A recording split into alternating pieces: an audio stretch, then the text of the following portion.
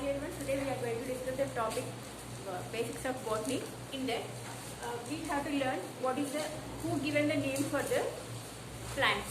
Okay, for us our parents are giving the names, but plants who giving the names. Okay, so in that for that we have to learn. Okay, first USDA. What USDA is giving the hardiness of plants. What is meant by hardiness? The temperature is hardiness. Okay, the lowest temperature. The plants, how the plants are, what are the plants are there in the lowest temperature are hardiness. Okay, USA and Canada, they give a two zones. Okay, highest temperature and lowest temperature. There are two zones are there. Okay, two words. They are giving the two words for the each plant. That is called the binomial nomenclature. Two names means what is genus name, genus and epithet. But they have a doubt in that. Okay. After that, binomial nomenclature. Why they are giving the binomial nomenclature? Binomial means two words for the plant. Okay, plant ki rendu పేర్లు. Okay. So ఆ పేర్లు ఆ రెండు పేర్లు ఉండడాన్ని binomial nomenclature అంటారు. Paul Linnaeus in 18th century. Paul Linnaeus in the 18th century is called the father of taxonomy. Father of taxonomy. Paul Linnaeus is the father of taxonomy. Okay, he is coined the name binomial nomenclature. ఎవరు కనుక్కున్నారు ఈ binomial nomenclature అంటే bi అంటే two. Okay, so ద్వినామీకరణము, two names are there. So ఆ name ని ఎవరు కనుక్కున్నారంటే పాల్ లినియస్. సో అన్ని ఫాదర్ ఆఫ్ టాక్సానమీ. టాక్సానమీ అంటే ప్లాంట్స్ వాటి గ్రోత్ ఎలా ఉంటుంది, అలాగే ఫిజికల్ అపియరెన్స్ ఎలా ఉంటుంది, సో దాన్ని టాక్సానమీ అంటారు. టాక్సానమీని సో ఫాదర్ ఆఫ్ టాక్సానమీ ఎవరంటే Paul Linnaeus. Okay, first name మనకి అనుకున్నాం కదా టూ నేమ్స్ ఉంటాయి. ఫస్ట్ నేమ్ వచ్చి genus name, that is capital letters లో ఉంటుంది. And second name is epithet, who is the describer name కానీ లేకపోతే అది ఫైండ్ అయిన లొకేషన్ కానీ ఆ పేరుని అక్కడ వాళ్ళు టూ నేమ్స్ కి ఇస్తారు. For example పైరిస్ జపానికా. పైరిస్ జపానికాలో పైరిస్ అనేది జీనస్ నేమ్, జపానికా అనేది discovered place where they discovered. Okay, so Paris Japanica అనేది జపాన్ లో ఇది డిస్కవర్ చేయడం వల్ల పారిస్ మనకు తెలుసు కదా, సోషల్ స్టడీస్ లో మనం చదువుకున్నాం పారిస్ అని. ఓకే, అక్కడ డిస్కవర్ చేయడం వల్ల దీనికి టూ నేమ్స్ లో ఫస్ట్ నేమ్ పారిస్ ఇది genus name and Japanese is the epithet name. Okay, so this is the binomial nomenclature. First is the genus name. Okay, that is Pyrus.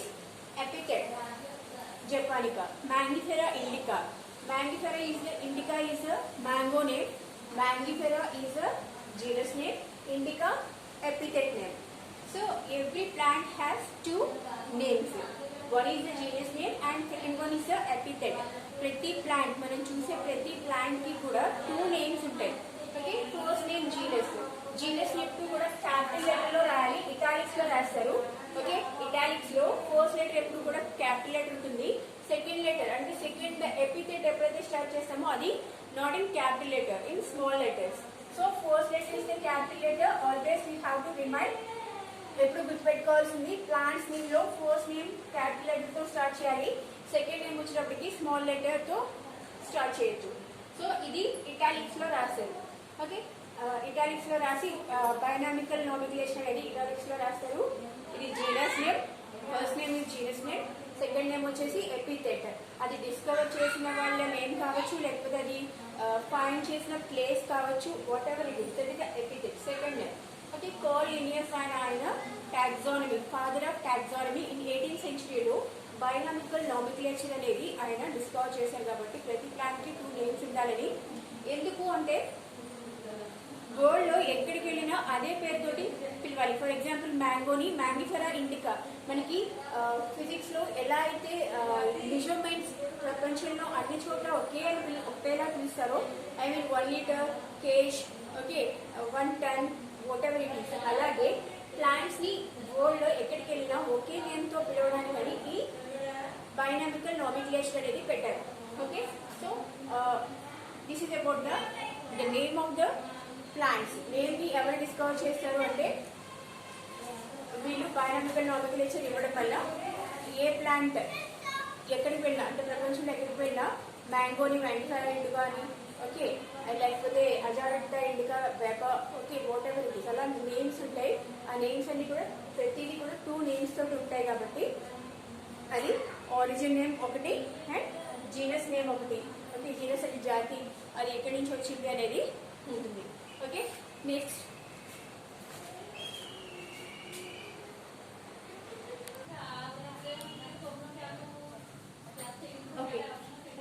adaptations on the basic of light basis. There are so many adaptations are there, whatever it is, either it is a animal or plants. Okay, adaptations means to adjust the situations. అది cold situation అయినా hot situation అయినా ఆ situation ని adaptations, బడి బాడీలో ఉండే changes ని adaptations అంటారు.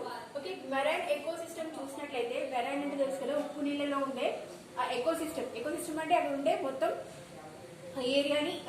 ఏరియాలో ఉండే ప్లాంట్స్ కానీ యానిమల్స్ కానీ వాటర్ ఇట్ ఇస్ వాటిని ఎకోసిస్టమ్ అంటారు. దీంట్లో aphotic and bathyal and abyssal 3 types of areas ఉంటాయి, జోన్స్ ఉంటాయి.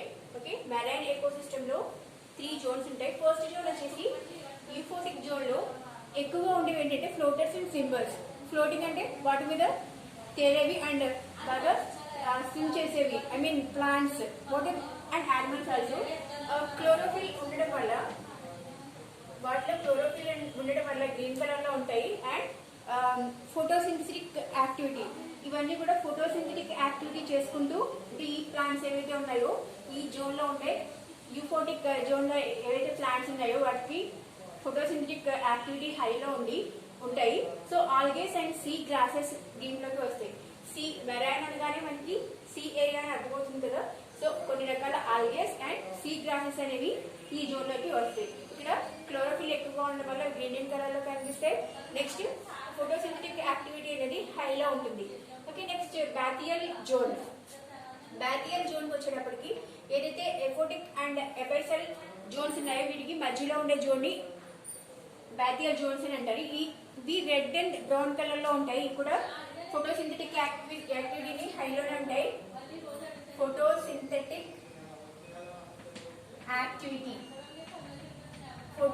యాక్టివిటీ చేసుకుంటూ ఉంటాయి. అలాగే red and brown sponges brown colour లో ఉంది. స్పాంజెస్ అండ్ కొరల్స్ అన్ని కూడా ఈ జోన్ లోకి వస్తాయి. నెక్స్ట్ లాస్ట్ వచ్చేసరికి అబైసల్ జోన్ లో ఈ రీజన్ ఎలా ఉంటుందంటే అంతా డార్క్ అండ్ కోల్డ్ గా, అంటే లోపల ఉండే ఏరియా మెరైన్ లో బాగా లోపలికి వెళ్ళే కొద్దీ లైట్ అనేది పాస్ అవుతుంది కాబట్టి ఇక్కడ డార్క్నెస్ అని కనిపిస్తుంది. అండ్ కోల్డ్ బాగా ఎక్కువ చల్లదనంతో ఉంటుంది. ఇక్కడ ఫోటోసింథటిక్ యాక్టివిటీ అనేది ఆబ్సెంట్ అయి ఉంటుంది. ఫోటోసింథటిక్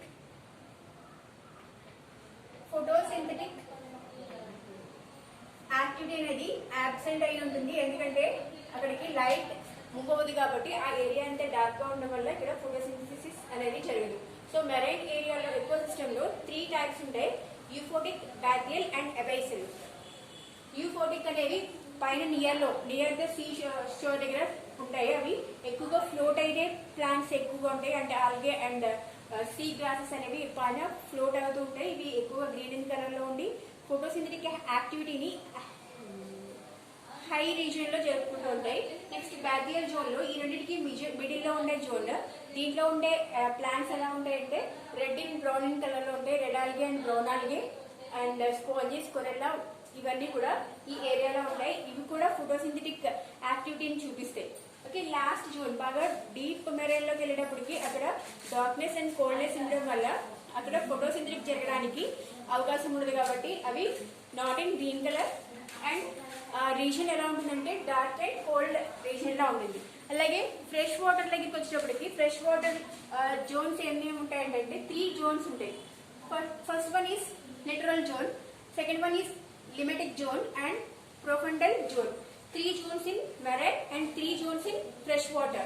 Fresh water అంటే lake region లో fresh water whatever we are drinking. Okay, so ఈ వాటర్ ఈ జోన్ లో 3 జోన్స్ ఉంటాయి. ఈ లేక్స్ లో 3 జోన్స్ కింద డివైడ్ చేశారు. లిటరల్ జోన్ లో షాలో జోన్ నియర్ షోర్, ఏదైతే తీరం దగ్గర ఉండే జోన్ ఏదైతే ఉంటుందో అది లిటరల్ జోన్. దగ్గరగా అంటే లేక్ ఇలా ఉన్నప్పుడు, వాటర్ ఫ్రెష్ వాటర్ ఇలా ఉన్నప్పుడు ఈ దగ్గరగా ఈ షోర్ కి దగ్గరగా ఉండే రీజియన్ లో ఉండే ఈ జోన్ ఏమంటారంటే లిటరల్ జోన్ అని అంటారు. దీంట్లో ఏ ప్లాంట్స్ బాగా సర్వైవ్ అవ్వగలవు అనుకుంటే mosses, water lily, hydrilla and high photosynthetic activity. ఇది గ్రీన్ ఇన్ కలర్ లో ఉండడం వల్ల వీటికి ఫోటోసింథటిక్ యాక్టివిటీ హైయెస్ట్ రీజియన్ లో ఉంటుంది. ఓకే, ఫోటోసింథసిస్ జరుపుకోవడం ద్వారా వాటి ఫుడ్ ని ప్రిపేర్ చేసుకుంటాయి. ఫోటోసింథసిస్ అంటే ఏంటో మనం నేర్చుకున్నాం, అది ఎలా ప్లాంట్స్ లో జరుగుతుంది. Light reaction and dark reaction ని మనం 2 తెలుసుకున్నాం కదా. అండ్ నెక్స్ట్ వచ్చే రీజన్ ఏంటంటే లింబాటిక్ జోన్. లింబాటిక్ జోన్ అనేది ఓపెన్ వాటర్ జోన్. ఎక్కడైతే ఈ ఓపెన్ ఏరియా ఉందో ఈ జోన్ అంతా కూడా లింబాటిక్ జోన్ అని అంటారు. ఓకే, ఇక్కడ కూడా ఫోటోసింథసిస్ జరుపుకుంటారు, ఎందుకంటే లైట్ అనేది సింథటిక్ యాక్టివిటీ అనేది హై రీజియన్ లో ఉంటుంది, హైలో ఉంటుంది. అండ్ వాటర్ హైడ్రిల్లా, పిస్టియా మనం చూస్తాం కదా వాటర్ లో ఉండే రూట్ క్యాప్స్ ఉండి. ఓకే, పిస్టియా మనం ఎక్కువగా గురపు డెక్క అంటారు కదా. సో ఇవన్నీ కూడా వాటర్, ఓపెన్ వాటర్ లో ఉంటుంది. లైట్ అనేది బాగా సఫిషియంట్ లైట్ అనేది అక్కడ అబ్జర్వ్ పడుతుంది. Okay, so water hyacinth and pistia అనేవి దానికి ఎగ్జాంపుల్స్. థర్డ్ వన్ వచ్చేటప్పటికి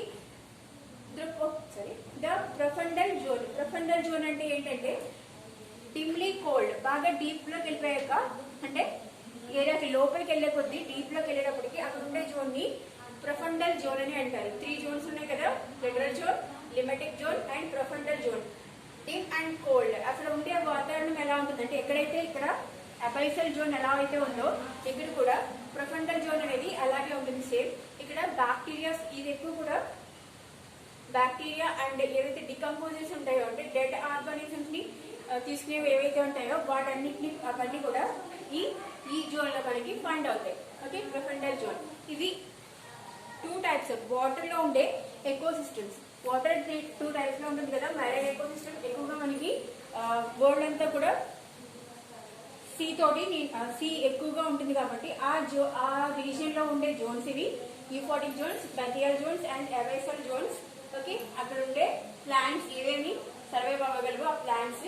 నెక్స్ట్ ఫ్రెష్ వాటర్ ఎక్కడైతే ఉంటుందో ఫ్రెష్ వాటర్ జోన్ లో సీ షోర్ కి దగ్గరగా ఉండే వాటిని లిటరల్ జోన్ అని, అలాగే మధ్యలో ఉండే జోన్ ని లింబాటిక్ జోన్ అని, అలాగే డీప్ వాటర్ లోకి కిందకంట లోపలికి వెళ్ళినప్పుడు అక్కడ ఉండే జోన్ ని ప్రొఫండల్ జోన్ అని అంటారు. ఓకే, ప్రొఫండల్ జోన్ లో ఎక్కువగా స్కావెంజర్స్ అంటే ఏవైతే dead animals and dead plants ఉంటాయో వాటిని తినేవి అక్కడ ఉంటాయి. బ్యాక్టీరియాస్ అక్కడ ఉండి ఆ ఏరియాని అంతా క్లీన్ చేయడానికి. స్కావెంజర్స్ అంటే ఏంటి, అంతా క్లీన్ చేసేవాళ్ళు కాబట్టి.